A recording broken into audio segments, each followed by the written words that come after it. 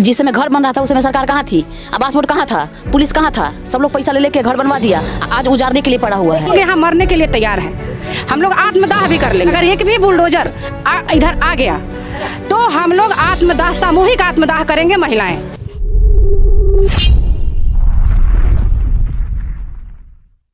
नमस्कार, आप देख रहे हैं चाइल्ड न्यूज। मैं अरविंद कुमार। आज हम लोग मौजूद हैं पटना के राजीव नगर के, ये नेपाली नगर कहा जाता है इस एरिया को, जहां पे सरकार द्वारा आज अचानक से एक नोटिस जारी हुआ है कि अवैध जितने भी घर हैं उनको तोड़ा जाएगा आवास बोर्ड के द्वारा।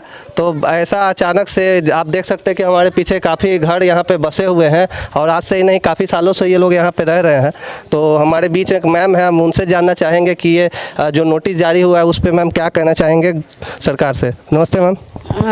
नमस्ते नमस्ते। देखिए, हम यही सरकार से पहले तो हम याचना करेंगे कि अगर इस तरह का उनके द्वारा कहा जा रहा है, उनके हाउसिंग डिपार्टमेंट के तरफ से कि मेरा है, तो पहले तो हम याचना करेंगे कि आप प्रदेश के मुख्यमंत्री हैं, हम लोग आप ही के लोग हैं और हम लोगों पे आप राहत हम लोगों को दीजिए।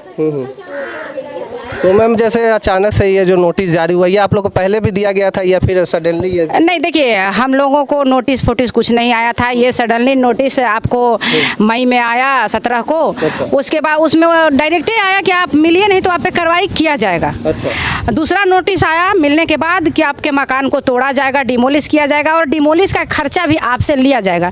लेकिन ये मैंने आक्रमण, डिमोलिश का खर्चा भी वो आप ही से लेंगे, लिया जाएगा। और ये पता नहीं क्या उनकी पॉलिसी है और कहा जा रहा है क्यों भाई, तो जज साहब का आवास बनेगा। तो जज साहब का अगर आवास बनाना है तो हमारे लाशों पे बना लें जज साहब, हम तो यही कहेंगे जी। तो ये अचानक से तो मतलब ऑर्डर भी आ गया, ऊपर से ये कहा जा रहा है कि डेमोलिश का भी चार्ज हम लोग आप ही लोग से लेंगे, तो समझ में नहीं आ रहा। और मैम, यहाँ जैसे कब से प्रॉपर्टी जो भी जितने लोग का है, तो कब से यहाँ पे रह रहे होंगे आप लोग? देखिए, ये आप लोग का ये तो 77 से ही लोग यहाँ रह रहे हैं। 77 से रह रहे हैं? 77 से रह रहे हैं। ये 74 से पहले से लोग, क्योंकि रैयती ज़मीन है ना, यहाँ आप देखिएगा तो हर ज़मीन 5 कट्ठा पे 5 बीघा पे एगो कुआं है, 2 बीघा पे 4 बीघा पे यहाँ कुआं है। लोग किसान यहाँ खेती करते थे, मकान बना के रहते थे, सारे फसल भी यहाँ होता था। तो इसको आप कभी कहिए नहीं सकते हैं कि कब से रह रहे हैं। इस तरह का यहाँ माजरा ही नहीं है कि कब से रह रहे हैं। ये खानदानी ज़मीन है और न जाने कितने पुरुष से लोग यहाँ रह रहे हैं। बाहर से जो लोग आए हैं, जब किसान बेचना शुरू किया तो कुछ लोग पटना के नाम पे ज़मीन खरीद के, सारे लोग, हर जिला के लोग यहाँ हैं, पूरे प्रदेश से यहाँ लोग हैं, अदर स्टेट से भी कुछ लोग यहाँ हैं जो मकान बना के रह रहे हैं। तो जहाँ तक बात करें, अगर अवैध है तो ये इतने पुरानी ज़मीन है, तो सरकार की नींद अभी अचानक से कैसे खुली इतने साल? ये तो हम आपके माध्यम से पूछना चाहते हैं माननीय मुख्यमंत्री साहब से या उप मुख्यमंत्री साहब से या जो विभागीय लोग हैं उनसे कि हमारे रैयती ज़मीन को वो कैसे कह रहे हैं कि सरकारी ज़मीन है, क्योंकि सारे रसीद सब कुछ आप हमारे नाम से कटता है, यानी लोगों के नाम से कटता है, किसान के नाम से। आप मुँह से आए और 74 में कह दिए कि हम अधिग्रहण किए, और ना उस समय से लेकर के आज तक, यानी हमको लगभग लग रहा है कि 40 से 45 साल 50 साल होने जा रहा है, अभी तक आपने ना कोई कब्जा लिया, ना किसी का मकान बनाया। और आप जब मन करता है तो आते हैं, 4 गो मकान गिरा देंगे और बाउंड्री कर देंगे, उसमें आदमी को बहुत मार मारेंगे, किसी की मौत हो जाती है। देखिए कि आप जेसीबी जला, ये सब सरकार का जबरदस्ती का स्कीम है ये, और कुछ है नहीं जी।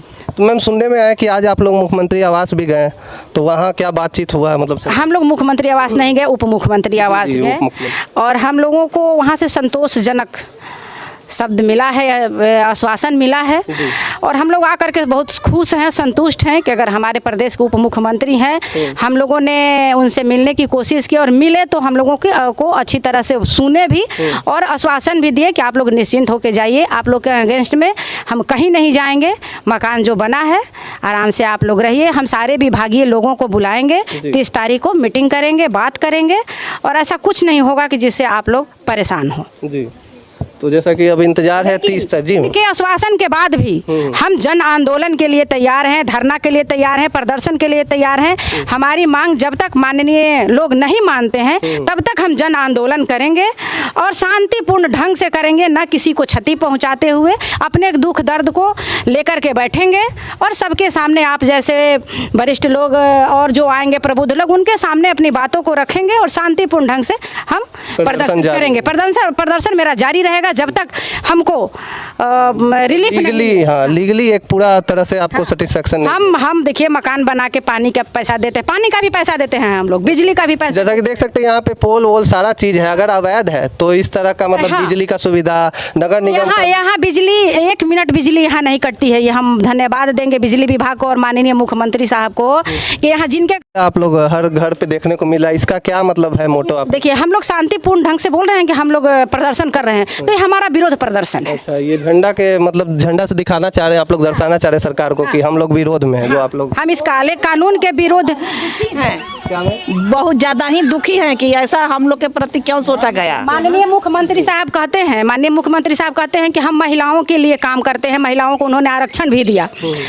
यहाँ जितनी भी महिलाएं हैं अपने हस्बैंड के अगेंस्ट जा कर के, मैंने ऐसा नहीं था कि मैंने सभी के हस्बैंड कहते थे कि पटना में ज़मीन लो। महिलाएं बच्चों को पढ़ाने के लिए आई और एक ज़मीन का जिद करके और ज़मीन खरीदी और मकान बनाई। आज वो महिला घर में भी प्रताड़ित हो रही हैं कि मुख्यमंत्री साहब आए हैं तुम्हारा मकान तोड़ने, मकान लेने, तुम ही लोग न ली थी। इस तरह का यहाँ भय वाला माहौल महिलाओं में बना है। घर में हम लोग अपने हस्बैंड के सामने जो पहले आराम से बात कर लेते थे, हम लोग खुद कनी काट के चल रहे हैं कि दोबारा ये क्वेश्चन ना आ जाए कि हमको परेशान करके फेंक दी।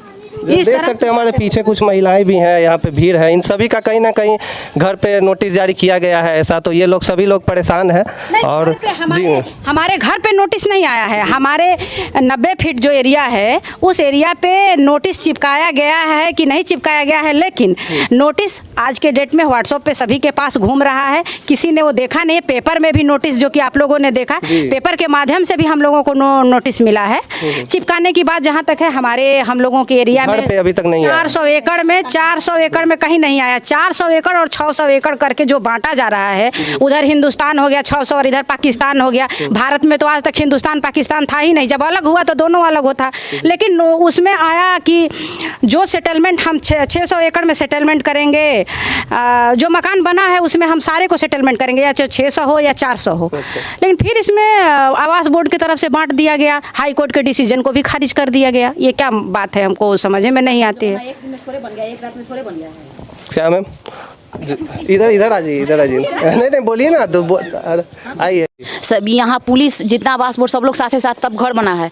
उसके बावजूद जिस समय घर बन रहा था उस समय सरकार कहाँ थी, आवास बोर्ड कहाँ था, पुलिस कहाँ था? सब लोग पैसा ले लेके घर बनवा दिया, आज उजाड़ने के लिए पड़ा हुआ है। बताइए हम लोग रोड पर जाएंगे, कहाँ जाएंगे? हम मकान छोड़ने के लिए भी अगर तैयार हो जाएंगे, हम मकान छोड़ने के लिए भी तैयार हो जाएंगे। लेकिन जब से थाना बना है, जब से SDO हैं, अगर नहीं है वो लोग चले गए। जब से अधिग्रहण हुआ तब से बात कह रहे हैं। अगर वो लोग नहीं है, उनके परिवारजन है ना, उनके परिवारजन को, और आज तक के जो वर्तमान में यहाँ थाना प्रभारी, पुलिस वगैरह जितनी की पोस्टिंग है हुई है, अगर आप उनको बुला करके चौराहे पे गोली मार दीजिए, उसके बाद हम लोग स्वतः मौन धारण करके घर को खाली कर देंगे।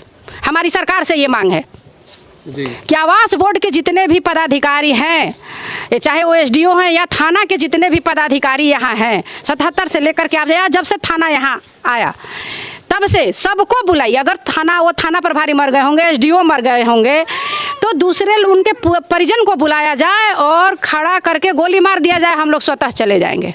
ये कहीं ना कहीं गलती उनकी, आप लोग का यही है कहना है कि गलती उनका है और भुगतना हमको पड़ रहा है। देखिए गलती उनका है कि नहीं ये हम नहीं कह रहे हैं।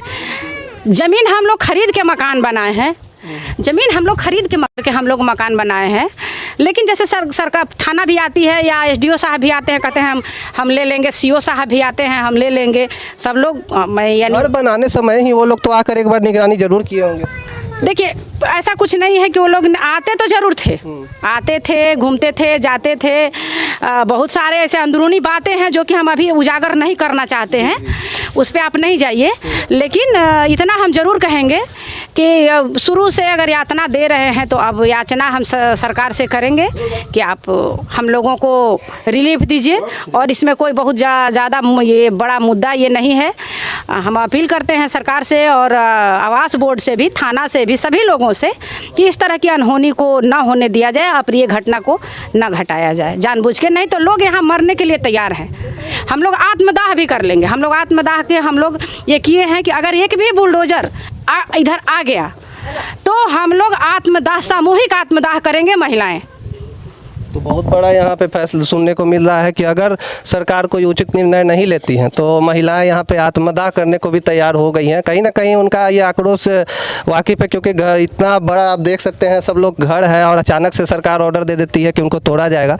तो ये जो आक्रोश पैदा होना उनका बिल्कुल ही जायज़ है और सरकार से उनका बस यही मांग है कि जल्द से जल्द उनका ये जो इस पर जो डिसीजन है उस पर उचित निर्णय लिया जाए और इनको जो भी निर्णय लेकर एक नोटिस इनको दिया जाए और लीगली तरीके से इनको यहाँ पे रहने दिया जाए। बस इनका सरकार से यही मांग है और हम भी चाहेंगे सरकार जल्द से जल्द इस पे जो भी उचित निर्णय हो उसे लेकर संज्ञान ले। धन्यवाद।